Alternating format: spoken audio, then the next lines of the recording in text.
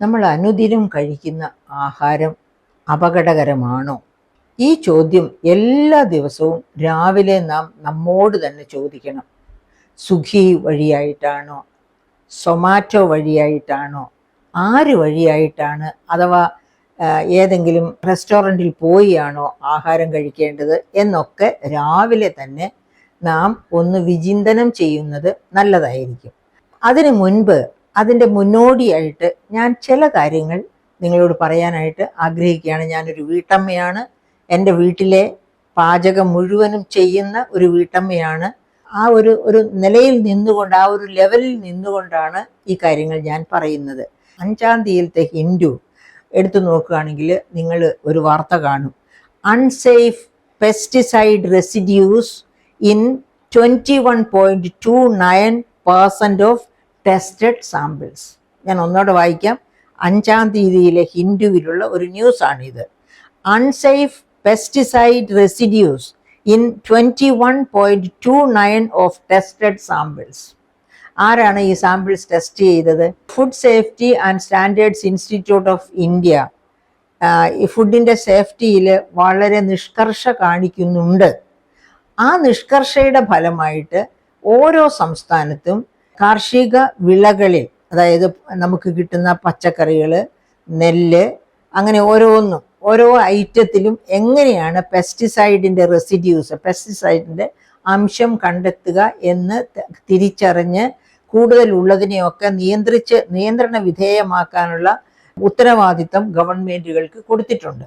അങ്ങനെ കേരള കാർഷിക അഗ്രികൾച്ചറൽ യൂണിവേഴ്സിറ്റിയാണ് ഇത്തരം പഠനങ്ങൾക്ക്, വെള്ളായണിയിലുള്ള കാർഷിക യൂണിവേഴ്സിറ്റിയാണ് ഇത്തരം പഠനങ്ങൾക്ക് നേതൃത്വം കേരളത്തിൽ കൊടുക്കുന്നത്. അങ്ങനെ ഈ ക്വാർട്ടറിൽ അവർ നടത്തിയ ഒരു പഠനം, ആ പഠനത്തിൻ്റെ റിസൾട്ടാണ് ഹിന്ദു പേപ്പറിൽ 5-ാം തീയതി വന്നത്. എന്താണ്, ഏതൊക്കെ ജില്ലകളെയാണ് അവർ പഠിച്ചത്? ഓരോ പ്രാവശ്യത്തെ പഠനത്തിന് 3 ജില്ലകൾ വീതമാണ് സാധാരണ എടുക്കാറ്. ഇത്തവണ പാലക്കാട്, കണ്ണൂർ, കൊല്ലം, ഈ 3 ജില്ലകളിലാണ് പഠനം നടത്തിയത്. പഠനം നടത്തിയതിൻ്റെ ഫലമാണ് അവരെ 21.29% സാമ്പിൾസിലും ഉയർന്ന തോതിൽ, അതായത് ഭക്ഷ്യയോഗ്യം അല്ലാത്ത തോതിൽ പെസ്റ്റിസൈഡ് റെസിഡ്യൂ കണ്ടു എന്ന്. അപ്പോൾ എന്താണ് ഈ പെസ്റ്റിസൈഡ് റെസിഡ്യൂ എന്ന് പറയുന്നത്? നമ്മൾ കെമിക്കൽ ഫെർട്ടിലൈസേഴ്സ് ഇടും.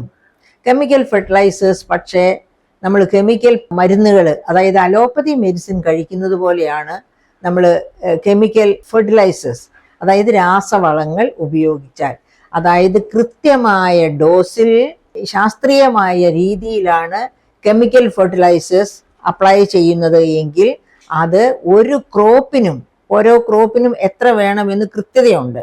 ആ കൃത്യതയോടെയാണ് രാസവളങ്ങൾ നാം ഉപയോഗിക്കുന്നത് എങ്കിൽ ആ ക്രോപ്പിൻ്റെ ക്വാളിറ്റി മെച്ചപ്പെടും, ഉൽപാദനം വർദ്ധിക്കും, ഒരു തരത്തിലും നമ്മളെ അത് ഉപദ്രവിക്കില്ല.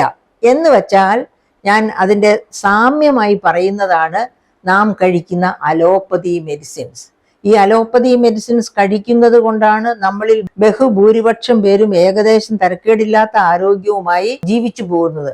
അതായത് ഈ അലോപ്പതി മെഡിസിൻ പോലെ തന്നെയാണ് കെമിക്കൽ ഫെർട്ടിലൈസേഴ്സും. വേണ്ട അളവിൽ വേണ്ട സമയത്ത് കഴിച്ചാൽ അത് ഗുണമേ ചെയ്യൂ, ഒരു തരത്തിലും ദോഷം ചെയ്യില്ല. പക്ഷേ പെസ്റ്റിസൈഡ്സ് അതല്ല, അതായത് കീടനാശിനികൾ, അവ കൊലയാളികളാണ്. വളരെ സാധാരണ രീതിയിൽ നമുക്ക് ഒരു അപകടവും പറ്റാത്ത ഒരൊറ്റ പെസ്റ്റിസൈഡേ ഉള്ളൂ.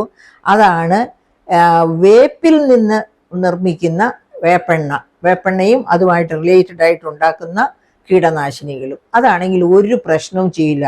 നിങ്ങളുടെ പറമ്പിൽ നിങ്ങൾ പയർ നട്ടിട്ടുണ്ടോ, വെണ്ട നട്ടിട്ടുണ്ടോ, മറ്റെന്തെങ്കിലും കോവൽ നട്ടി എന്തെങ്കിലും കൃഷി ചെയ്തിട്ടുണ്ടോ, അതിന് കീടബാധയോ ഒക്കെ ഉണ്ടാകുമ്പോൾ നിങ്ങൾക്ക് വേപ്പെണ്ണയുമായി ചേർത്തുണ്ടാക്കിയ കീടനാശിനി സ്പ്രേ ചെയ്യാം. അത് മറ്റ് കീടനാശിനികൾ പോലെ അത്ര ശക്തമല്ല, പക്ഷേ നമ്മളെ മരണത്തിലേക്ക് നയിക്കില്ല, നമ്മൾക്ക് ജീവഹാനി വരുത്തില്ല. ആ അഡ്വാൻറ്റേജാണ് അതിനുള്ളത്. ഇപ്പോൾ കീടങ്ങളുടെ ബാധ എന്ന് പറഞ്ഞാൽ വലിയ കീടബാധയാണ്. ഒരു തരത്തിലും നമ്മുടെ കൃഷിയെ രക്ഷിക്കാൻ പറ്റാത്ത രീതിയിൽ അത്രയധികം പൊല്യൂട്ടഡ് ആയിപ്പോയി അന്തരീക്ഷം. അപ്പൊ അങ്ങനെയുള്ള സമയത്ത് പലപ്പോഴും ഈ വലിയ കീടനാശിനികൾ, എന്തൊക്കെയാ അങ്ങനെയുള്ള കീടനാശിനികളുടെ പേര് ഇവിടെ പറഞ്ഞിട്ടുണ്ട്. കുറെ എന്തൊക്കെയാണ് പേരെന്ന് ഞാൻ കുറച്ചൊക്കെ വായിക്കാമേ. എനിക്ക് വായിക്കാൻ തന്നെ ബുദ്ധിമുട്ടാണ് അത്തരം ഇൻസെക്ടിസൈഡ്സിന്റെ. ഇൻക്ലൂഡിങ് മോണോക്രോട്ടോഫോസ്, അസേഫേറ്റ്, പ്രൊഫനോഫോസ്. എന്തായാലും അങ്ങനെയുള്ള ഒരുപാട് പെസ്റ്റിസൈഡ്സിന്റെ പേര് ഈ പേപ്പറിൽ തന്നെ പറഞ്ഞിട്ടുണ്ട്. അത്തരം പെസ്റ്റിസൈഡ്സ് എന്ന് വെച്ചാൽ നമ്മുടെ ആരോഗ്യത്തിന് ഹാനികരമായ പെസ്റ്റിസൈഡ്സ്. അത്തരം പെസ്റ്റിസൈഡ്സിന്റെ കണ്ടന്റ് ആണ് കൂടിയ അളവിൽ ഈ വെജിറ്റബിൾസിൽ കണ്ടെത്തിയത്. ഇനി ഏത് തരം വെജിറ്റബിൾസ് ഒക്കെയാണ് ടെസ്റ്റ് ചെയ്തത് എന്നും കൂടി പറയട്ടെ. അപ്പോഴാണ് നിങ്ങൾക്കത്, അതായത് 28 വെജിറ്റബിൾസ് 15 ഫ്രൂട്ട്സും 15 തരം പഴവർഗ്ഗങ്ങളും 28 തരം പച്ചക്കറികളുമാണ് ടെസ്റ്റിന് വിധേയമാക്കിയത്. അപ്പൊ എന്തൊക്കെയായിരുന്നു നമുക്ക് നോക്കാം. ലിസ്റ്റഡ് ഇൻക്ലൂഡ്, അതായത് ഈ വെജിറ്റബിൾസ് ഇൻക്ലൂഡ് ഒക്ര, ബ്രിഞ്ചാൾ വഴുതനങ്ങ, ക്യാപ്സിക്കം അത് നിങ്ങൾക്കും അറിയാം, ക്യാരറ്റ് അറിയാം, ജിഞ്ചർ അതായത് ഇഞ്ചി, ഗൂസ്ബെറി നെല്ലിക്ക, ഗ്രീൻ ചില്ലി പച്ചമുളക്, പൊട്ടാറ്റോ ഉരുളക്കിഴങ്ങ്, സ്ട്രിങ് ബീൻസ് പയറ്, ആപ്പിൾ, സപ്പോട്ട, ചിക്കു, ഗ്രേപ്സ് മുന്തിരിങ്ങ, മൊസംബി, പോമഗ്രാനൈറ്റ് എന്ന് പറഞ്ഞാൽ മാതള നാരങ്ങ, ഓറഞ്ച്, സ്ട്രോബെറി, ഗാർലിക് വെളുത്തുള്ളി, ആൻഡ് കോറിയാൻഡർ ലീവ്സ് മല്ലിയില. കണ്ടില്ലേ? അനുദിന ജീവിതത്തിൽ നാം ഉപയോഗിക്കുന്ന ഈ 28 ഐറ്റംസ്, ഇത് കൂടിയും കുറഞ്ഞുമുള്ള അളവിൽ ഒട്ടുമിക്ക ദിവസങ്ങളിലും നമ്മുടെ ഭക്ഷ്യക്രമത്തിലേക്ക് കടന്നു വരുന്ന ഐറ്റംസ് ആണ്. എൻ്റെ പ്രിയപ്പെട്ട സുഹൃത്തുക്കളെ, ഇതുകൊണ്ടാണ് ഇതിൽ 21.7% പെസ്റ്റിസൈഡ് കണ്ടന്റ്, അതായത് ആവശ്യത്തിൽ ഉയർന്ന തോതിൽ കണ്ടു, അപകടകരമായ തോതിൽ കണ്ടു എന്ന് പറയുമ്പോൾ അത് കണ്ടിട്ടാണ് ഞാൻ പറഞ്ഞ എല്ലാ ദിവസവും രാവിലെ എഴുന്നേറ്റ് പ്രാർത്ഥിക്കുന്നതിനോടൊപ്പം ഇത്തരം കാര്യങ്ങളെ പറ്റി, ആരോഗ്യത്തെ പറ്റിയും കൂടി ഒന്ന് ചിന്തിക്കണം. നമ്മൾ ലോഞ്ചിവിറ്റി, ദീർഘായുസിനെ പറ്റി ആഗ്രഹിച്ചാൽ മാത്രം പോരാ, ആരോഗ്യത്തോടെ ദീർഘായുഷ്മരായിട്ടിരിക്കാൻ ആഗ്രഹിക്കണം. അങ്ങനെ ആകുമ്പോഴാണ് ഇത്തരം ലിസ്റ്റ് അത്യാവശ്യമായിട്ട് നോക്കേണ്ടത്. അപ്പം ഇത് പറഞ്ഞിരിക്കുന്ന അവസ്ഥയിൽ എന്താ നമ്മൾ ചെയ്യേണ്ടത്? വേറെ ഒന്നും ചെയ്യാനില്ല. ഇപ്പം നമ്മൾ കോയമ്പത്തൂരൊക്കെ പോകുമ്പോൾ കാണാം, മാവേ കയറി നിന്ന് കണ്ണും ഒക്കെ മൂടി കെട്ടിക്കൊണ്ടാണ് സ്പ്രേ ചെയ്യുന്നത്. ആ മാമ്പഴമാണ് നമ്മൾ വാങ്ങിച്ച് ഇവിടെ കഴിക്കുന്നത്. അതുപോലെ എനിക്ക് തോന്നുന്നു കോയമ്പത്തൂർ നിന്നൊക്കെ വരുന്ന മുരിങ്ങക്ക പോലും ഇതുപോലെ പെസ്റ്റിസൈഡ് സ്പ്രേ ചെയ്തിട്ടാണ് വരുന്നത് എന്ന്. അപ്പം അത് പെട്ടെന്ന് ഞാൻ ഓർത്തത് നമ്മുടെ സ്വാമിനാഥൻ, ഹരിത വിപ്ലവത്തിൻ്റെ പിതാവായ ഡോക്ടർ MS സ്വാമിനാഥൻ ഇന്ത്യയെ ഒരു ഹാൻഡ് ടു മൗത്ത് എക്സിസ്റ്റൻസിൽ നിന്ന്, അതായത് പട്ടിണിയിൽ നിന്ന് ഭക്ഷ്യസുരക്ഷയിലേക്ക് മാത്രമല്ല ഭക്ഷ്യ കയറ്റുമതിയിലേക്ക് കൂടി നയിച്ച നമ്മുടെ ഗ്രീൻ റവല്യൂഷൻ പിതാവ്, ഹരിത വിപ്ലവ പിതാവാണ് സ്വാമിനാഥൻ. ഇന്ത്യയെ 1950 50 ദശലക്ഷം ടൺ ഭക്ഷ്യ ഉൽപാദനത്തിൽ നിന്ന് ഇപ്പോഴത്തെ 335 ദശലക്ഷം ടണ്ണിലേക്ക് വളർത്തിയ നമ്മുടെ ഭക്ഷ്യപിതാവ്, അതാണ് സ്വാമിനാഥൻ. ആ സ്വാമിനാഥനെ കൊടുക്കാവുന്ന ഏറ്റവും ഉയർന്ന അവാർഡ് വരെ കൊടുത്ത് ഇന്ത്യ ആദരിച്ചിട്ടുണ്ട്. അദ്ദേഹത്തിൻ്റെ eco technology and rural development എന്നൊരു ഗ്രന്ഥമുണ്ട്. Eco technology and rural development എന്ന ഒരു ഗ്രന്ഥം. ആ ഗ്രന്ഥം എൻ്റെ പുറകിൽ ഇരിപ്പുണ്ട് കേട്ടോ. ആ ഗ്രന്ഥം എടുത്തു നോക്കണം. മുരിങ്ങയിലയും, അതായത് മുരിങ്ങയും ചെറുധാന്യങ്ങളും ഉണ്ടെങ്കിൽ നിങ്ങളുടെ ജീവിതം സമൃദ്ധം എന്നാണ് അദ്ദേഹം പറയുന്നത്. മുരിങ്ങയും ചെറുധാന്യങ്ങളും, മില്ലറ്റ് റവല്യൂഷൻ കഴിഞ്ഞ വർഷത്തെ, അതായത് 2023 ബജറ്റിൽ നിർമ്മല സീതാരാമൻ നമ്മുടെ ധനമന്ത്രി കൊണ്ടുവന്ന ഒരു റവല്യൂഷൻ, IMF സ്പോൺസർ ചെയ്യുന്ന റവല്യൂഷനാണ് മില്ലറ്റ് റവല്യൂഷൻ, അതായത് ചെറുധാന്യ വിപ്ലവം. ചെറുധാന്യങ്ങളും മുരിങ്ങയും ഉണ്ടെങ്കിൽ എന്തൊക്കെ കിട്ടും? മുരിങ്ങ ഇല, എല്ലാ കാര്യത്തിലും നമുക്ക് മുരിങ്ങയില ഉപയോഗിക്കാം. അതുപോലെ തന്നെ മുരിങ്ങക്കായും ഭയങ്കര ഫലസമൃദ്ധമാണ്. ഇത് മുഴുവനും ആയുർവേദത്തിലാണെങ്കിൽ മുരിങ്ങയുടെ തൊലിയൊക്കെ പിന്നെ ഔഷധ ഗുണമുള്ളതുമാണ്. അപ്പൊ മുരിങ്ങയുടെ സർവത്ര മനുഷ്യ ഉപയോഗയോഗ്യമാണെന്ന് മാത്രവുമല്ല അത്ര ആരോഗ്യപ്രദവുമാണ്. 5 സെന്റ് ഉണ്ടെങ്കിലും ഒരു മുരിങ്ങ മുറ്റത്ത് നട്ടുപിടിപ്പിക്കുക. എന്നിട്ട് സ്വാമിനാഥൻ പറഞ്ഞതുപോലെ മുരിങ്ങ ധാന്യങ്ങൾ, നവധാന്യങ്ങൾ എന്നൊക്കെ നമ്മൾ കേട്ടിട്ടുണ്ട്. ആ നവധാന്യങ്ങളിൽ നമ്മുടെ ഏതൊക്കെയാ ചെറുധാന്യങ്ങൾ നമുക്ക് ആവശ്യമുള്ള, കൂവരകോ ഏതാ നമുക്ക് ആവശ്യമുള്ളതെന്ന് വെച്ചാൽ അത് വാങ്ങിക്കുക, അതിനോടൊപ്പം ഇത് ഉപയോഗിക്കുക. അപ്പൊ ഞാൻ പറഞ്ഞു വരുന്നത്, ആ ട്രാക്കിൽ നിന്ന് വിട്ടുപോയി നമ്മൾ പെസ്റ്റിസൈഡാണ് പറഞ്ഞത്. നമ്മുടെ മുറ്റത്ത് വളരുന്ന മുരിങ്ങയ്ക്ക് നമ്മൾ പെസ്റ്റിസൈഡ് സ്പ്രേ ചെയ്യേണ്ട ആവശ്യമില്ല. അത് സ്വതസിദ്ധമായ രീതിയിൽ ഒരു രോഗബാധയും കീടബാധയും ഇല്ലാതെ കൊള്ളും. അല്ലെങ്കിൽ നിങ്ങൾ ഇവിടെ വരൂ, എൻ്റെ മുറ്റത്ത് നിൽക്കുന്ന മുരിങ്ങ ഞാൻ കാണിച്ചു തരാം നിങ്ങൾക്ക്. അപ്പൊ അങ്ങനെ പ്രിയപ്പെട്ട സുഹൃത്തുക്കളെ, നമ്മൾ നമുക്ക് വേണ്ടി ചില കാര്യങ്ങളൊക്കെ ചിന്തിക്കണം.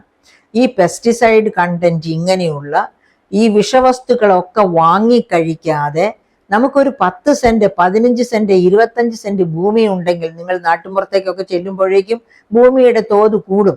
അപ്പൊ അങ്ങനെ ഉണ്ടെങ്കിൽ വെറുതെ ഇരുന്ന് വയറ് വണ്ണം വെപ്പിക്കാതെ കുറച്ച് ജോലി ചെയ്ത് ഈ പറയപ്പെട്ട സാധനങ്ങളൊക്കെ നമുക്ക് ആവശ്യമുള്ളത് ഉൽപ്പാദിപ്പിക്കാൻ ശ്രമിക്കുക.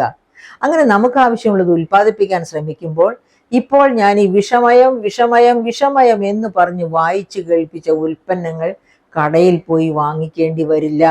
അപ്പോഴും അത് വാങ്ങാൻ ആളുണ്ടാകും. നമ്മൾ വാങ്ങിച്ചില്ലെന്ന് വിചാരിച്ച് ഇപ്പൊ നമ്മൾ ഇതെല്ലാം നമ്മുടെ അയൽ സംസ്ഥാനങ്ങളിൽ നിന്ന് വരുത്തുകയാണ്. ഒന്നുകിൽ തമിഴ്നാട്, അല്ലെങ്കിൽ കർണാടകം, അതും അല്ലെങ്കിൽ ആന്ധ്ര, ഇങ്ങനെയുള്ള സംസ്ഥാനങ്ങളിൽ നിന്ന് വരുത്തുകയാണ്. കേരളത്തിലേക്ക് അയക്കാനാണെന്ന് പണ്ടിവിടെ ഏഷ്യാനെറ്റൊക്കെ പ്രക്ഷേപണം ചെയ്തിട്ടുണ്ട്. കേരളത്തിലേക്ക് അയക്കാനുള്ളത്, അതായത് ഇലയിൽ അതായത് നമ്മള് ഏതെങ്കിലും ഒരു സാധനം എടുക്കുമ്പോൾ കീടം കയറിയതിന്റെ ഒരു ചെറിയ ധ്വനി ഉണ്ടെങ്കിൽ, അതായത് ഒരു ഇത് തോന്നിയാൽ അത് മേടിക്കില്ല. അപ്പൊ എന്താ വേണമെന്ന് വെച്ചാൽ മാക്സിമം പെസ്റ്റിസൈഡ് സ്പ്രേ ചെയ്താണ് അവർ ഈ ക്രോപ്സ് ഒക്കെ കേരളത്തിലേക്ക് കയറ്റി അയക്കാനുള്ള ക്രോപ്സ് ഒക്കെ ഈ അയൽ സംസ്ഥാനക്കാർ നോക്കുന്നത്. കാരണം അത്ര കണ്ട പെർഫെക്റ്റ് ആയിരിക്കണം. ഇതിൽ മുഴുവൻ കീടനാശിനിയാണെന്ന് അവർക്കല്ലേ അറിയാവുള്ളൂ. അങ്ങനെ കൊണ്ടുവരുന്ന കീടനാശിനിയാണ് നാം കഴിക്കുന്നത്, നമ്മുടെ കുഞ്ഞുങ്ങളെ കഴിപ്പിക്കുന്നത്, അവരെ അകാലത്തിൽ എല്ലാത്തരം രോഗങ്ങൾക്കും കാരണഭൂതരാക്കി തീർക്കുന്നത്. അപ്പൊ ഇങ്ങനെ നമ്മൾ മേടിച്ചേ തീരൂ എന്ന അവസ്ഥയിലാണെങ്കിൽ എന്താ ചെയ്യേണ്ടത്? ഈ പറയപ്പെട്ട ഐറ്റംസ് ഒക്കെ വാങ്ങിച്ച് 1 കിലോയ്ക്ക് ഒരു 2-3 സ്പൂൺ ഉപ്പ് വെള്ളത്തിലേക്കിട്ട്, 1 കിലോ സാധനമോ എത്ര കിലോ സാധനമാണെങ്കിലും അതിനനുസരിച്ച് ഇത്തിരി ഉപ്പും ഇട്ട് നിറയെ വെള്ളത്തിലേക്ക് ഒരു 10 മിനിറ്റ് നേരം മുക്കി വെക്കുക. അങ്ങനെ 10 മിനിറ്റ് നേരം വെള്ളത്തിൽ അങ്ങനെ മുങ്ങി കിടക്കട്ടെ. അത് കഴിയുമ്പോൾ അതിന് നന്നായിട്ട് പലവട്ടം വെള്ളം മാറ്റി മാറ്റി കഴുകി ആ സാധനം എടുത്ത് നിങ്ങൾ വെള്ളം തോരാൻ വെക്കണം. ഫാനിൻ്റെ കീഴിലോ മറ്റോ അങ്ങനെ വെള്ളം തോർന്നു കഴിയുമ്പോൾ എടുത്ത് ഫ്രിഡ്ജിൽ വെക്കുക, ആവശ്യാനുസരണം എടുക്കുക. അതുകൊണ്ട് പൂർണ്ണമായിട്ടും പെസ്റ്റിസൈഡ് പോയി എന്ന് വിചാരിക്കരുത്. കണ്ടില്ലേ, മുന്തിരിങ്ങയൊക്കെ മുഴുവൻ പെസ്റ്റിസൈഡ് കണ്ടന്റ് ആണെന്ന് പറഞ്ഞിരിക്കുന്നത്. അതുകൊണ്ട് മുന്തിരിങ്ങ കൊണ്ടുവന്നു കഴിഞ്ഞാൽ മക്കളെ എടുത്ത് തിന്നോളൂ എന്ന് പറഞ്ഞ ഉടനെ കൊച്ചു കുഞ്ഞുങ്ങളുടെയൊക്കെ വായിലേക്ക് ഇട്ട് കൊടുക്കരുത്. അതൊക്കെ ഇതുപോലെ ആ കൊലയോടുകൂടി ഉപ്പ് വെള്ളത്തിൽ മുക്കി വെച്ച് 10 മിനിറ്റ് എങ്കിലും കഴുകിക്കളഞ്ഞ് ആ കൊല റണ്ണിങ് വാട്ടറിന്റെ കീഴിൽ പിടിച്ച് നല്ലവണ്ണം അതിനെ ഇങ്ങനെ വിടർത്തി പിടിച്ച് നന്നായിട്ട് കഴുകി ആ പെസ്റ്റിസൈഡ് അംശം നമുക്ക് കളയാൻ പറ്റുന്നത്ര കളഞ്ഞ് മാത്രം പുറത്തെടുക്കുക. അങ്ങനെ വേണം ഇങ്ങനെ നമ്മുടെ കുഞ്ഞുങ്ങളെ, നമ്മുടെ വീട്ടിലുള്ളവരെ, വീടിന്റെ ആരോഗ്യം അമ്മയുടെ കയ്യിലാണ് ഇരിക്കുന്നത്. അപ്പൊ ആ അമ്മ ശ്രദ്ധിക്കുകയാണെങ്കിൽ ഇത്തരം കാര്യം ബുദ്ധിമുട്ടാണ്, എനിക്ക് നല്ല ഉറപ്പാണ് ഇതൊക്കെ ബുദ്ധിമുട്ടാണെന്ന്. കാരണം നമ്മുടെ ജോലി ഭാരം ഇരട്ടിപ്പിക്കുന്നതാണ് ഇത്തരം ജോലി. പക്ഷേ നാം ജോലി ചെയ്യുന്നതിന്റെ പ്രയോജനം നമ്മുടെ കുടുംബത്തിലുള്ളവർക്കും കുടുംബത്തിനാകെയും ഉണ്ടാകണമെങ്കിൽ ഇത്തരം ബുദ്ധിമുട്ടുകൾ ഏറ്റെടുക്കാൻ നാം തയ്യാറായേ പറ്റൂ. അങ്ങനെ തയ്യാറായി വീട്ടിലുണ്ടാക്കുന്ന ഭക്ഷണം തന്നെ കഴിക്കാൻ സ്വിഗ്ഗി സൊമാറ്റോ ഔട്ട് രാവിലെ എഴുന്നേൽക്കുമ്പോഴേ ഒരു മന്ത്രം എന്ന പോലെ ഉച്ചരിക്കേണ്ടതാണ് ഞാൻ ഈ പറഞ്ഞ സ്വിഗ്ഗി സൊമാറ്റോ ഔട്ട് എന്നത്. എന്നിട്ട് അടുക്കളയിൽ കയറി നമുക്ക് ആവശ്യമുള്ളത് നമ്മൾ കുക്ക് ചെയ്യുക. അങ്ങനെ കുക്ക് ചെയ്ത് നമ്മുടെ വീട്ടിലുള്ളവരുടെ ആരോഗ്യം സംരക്ഷിക്കാൻ കഴിയണം. അതാണ് ഈ പത്ര കഷ്ണം നമുക്ക് തരുന്ന അഡ്വൈസ്. കാരണം ഈ പഠനം നടത്തി റെസിഡ്യൂ കണ്ടന്റ് ഉണ്ട് എന്ന് ഇവർ പബ്ലിഷ് ചെയ്യുമ്പോൾ തന്നെ എന്താണ് അതുകൊണ്ട് ഉദ്ദേശിക്കുന്നത്? നിങ്ങൾ കോൺഷ്യസ് ആവുക നിങ്ങളുടെ ആരോഗ്യത്തെ പറ്റി. അപ്പോൾ ഇങ്ങനെയുള്ള അമിത വിഷം കയറ്റിയ ആഹാര പദാർത്ഥങ്ങൾ വാങ്ങിച്ച് ഒന്നുകിൽ ശ്രദ്ധയോടെ അതിനെ കുറെയൊക്കെ വൃത്തിയാക്കി കുറച്ചൊക്കെ റെഡ്യൂസ് ചെയ്ത് കഴിക്കുക. അതുമല്ലെങ്കിൽ നിങ്ങളുടെ സ്വന്തം പറമ്പിൽ ഇത്തരം കാര്യങ്ങൾ കഴിയുന്നത്ര, എല്ലാം ചെയ്യാൻ നമുക്ക് ആർക്കും പറ്റില്ല, പക്ഷെ ഓരോരുത്തർക്കും ചെയ്യാൻ പറ്റുന്ന കാര്യങ്ങളുണ്ട്.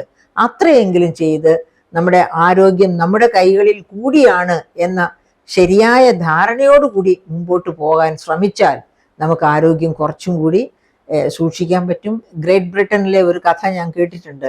പൊട്ടാസ്യം സയനൈഡ് ഫാക്ടറിയിൽ ജോലി ചെയ്യുന്ന ഒരു മനുഷ്യൻ, മലയാളി, അതായത് ബ്രിട്ടീഷ് ഇന്ത്യ പീരീഡിൽ ഇന്ത്യയിൽ വന്ന് അയാളെ ഒരു കോബ്ര കടിച്ചു, മൂർഖൻ പാമ്പ് കടിച്ചു. മൂർഖൻ ചത്തു. എന്താ കാരണം? പൊട്ടാസ്യം സയനൈഡ് ഫാക്ടറിയില്ല ജോലി ചെയ്യുന്നതേ. അപ്പൊ ഈ മൂർഖന്റെ വിഷത്തേക്കാൾ വലിയ വിഷമാണ് അദ്ദേഹത്തിന്റെ ഞരമ്പുകളിൽ ഉണ്ടായിരുന്നത്.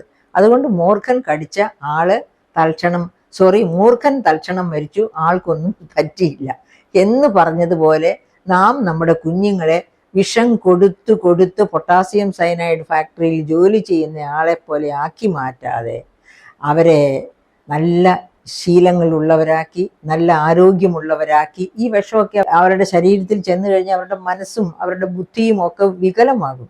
അപ്പൊ അങ്ങനെ ആക്കാതിരിക്കാൻ വേണ്ടി ഓരോ കുടുംബത്തിലുള്ളവരും ശ്രദ്ധിക്കുക. അപ്പൊ അവിടെ ഒരുമയുടെ ഒരു കുടുംബം, ഒരു സ്ത്രീ മാത്രം വിചാരിച്ചാൽ ഈ കാര്യങ്ങളിലെല്ലാം ശ്രദ്ധയൂന്നാൻ പറ്റില്ല.